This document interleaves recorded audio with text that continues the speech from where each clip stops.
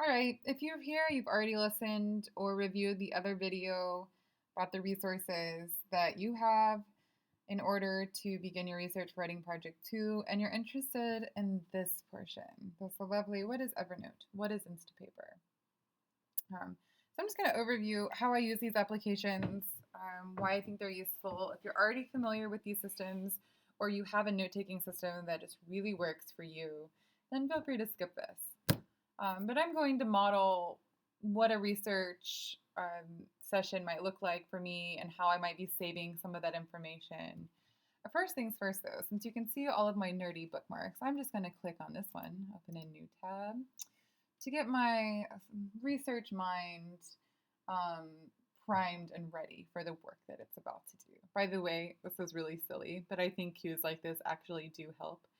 Wherever it is that you go to do research, whether it be a corner in the library or computer commons, if you have your tea or your Diet Coke or whatever it is, like these things actually really do help you to begin sort of an open mind, open query session. So my favorite thing is to get some nerdy ambient sounds going on.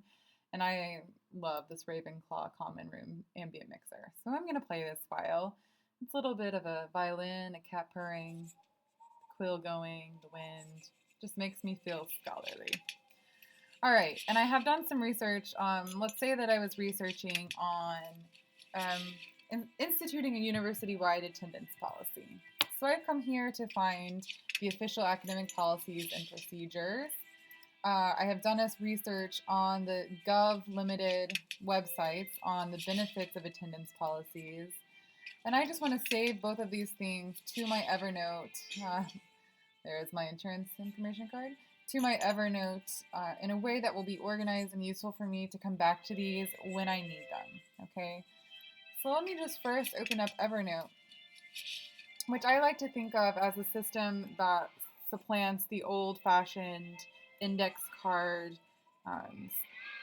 organization schema wherein you have either a source or an idea and you give it a little subtitle and then you organize all of your notes in a box so that if you're looking on policy-specific issues, for instance, you know exactly which tab to go to. So this is a way to do that much more efficiently, and if you're not aware that this exists, I just want to show it to you. So this is the application on my Mac. It would look similar on any operating system. And I have a English 102 Spring notebook. Here I can create notes. I can drag pictures from my desktop. I can add tags, policy. All right, so I can do this on my own, you know, sort of through the old-fashioned, I'm going to copy and paste. But one reason that I really love Evernote is because it has this web clipper feature that you can integrate into your web browser. So I'm going to scroll down here and go to attendance. This is the official ASU attendance policy. The instructor has full authority to decide whether class attendance is required. Interesting, given that I know it's more specific department by department, but okay, this is what the university is saying.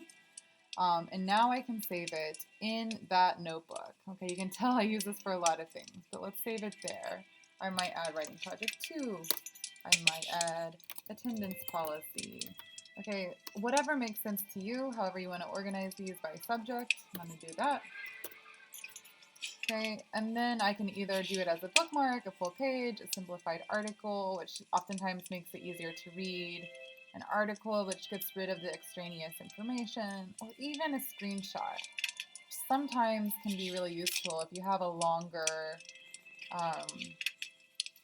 article and you really want to remind yourself why it is that this was useful for you. There we go. As if this one were obvious enough, but you have all these tools available to you. As soon as I save that, and I make sure that this is all synced up, that will show up there. Look, it's syncing right now, but there will be, and you can title it Official Attendance Policy. Okay. And there will be already the screenshot, why I was looking for it, with the tag that I created. Okay, so then I can actually click on Writing Project 2 tags, and it would show me all of the notes that I had created for Writing Project 2.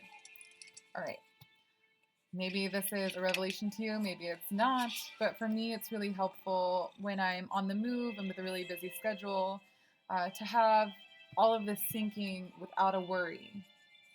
so that if I'm, I'm writing in that extra hour between classes and I think, oh, what was that one resource that I had used that had a really useful way of putting something or that opened up the idea in a different direction, I can go straight to it and find it.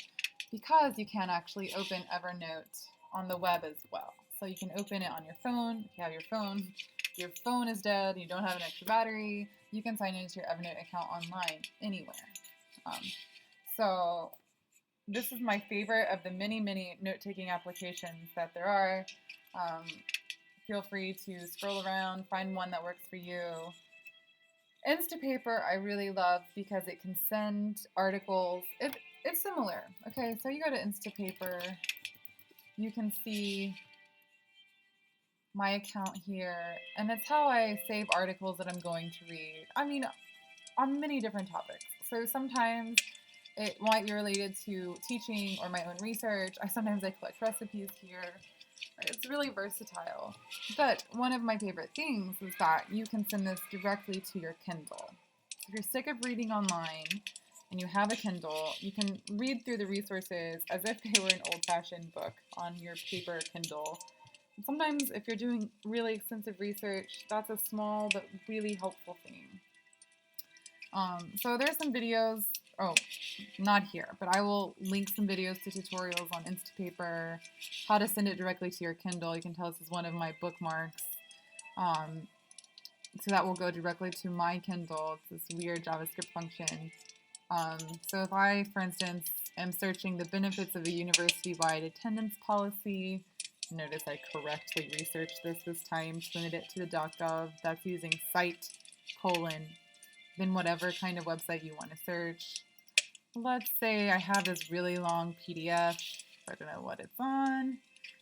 Incentives for university attendance. Say this is useful to me and I want to save it. I can, now it's saved to my Instapaper.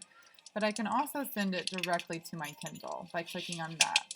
And then that PDF will be there for me to read offline. And this is useful, especially on the go, right? So you can be doing research. You don't have to read everything as soon as you find it. You can say, oh, I think this will be useful and I don't want to lose it.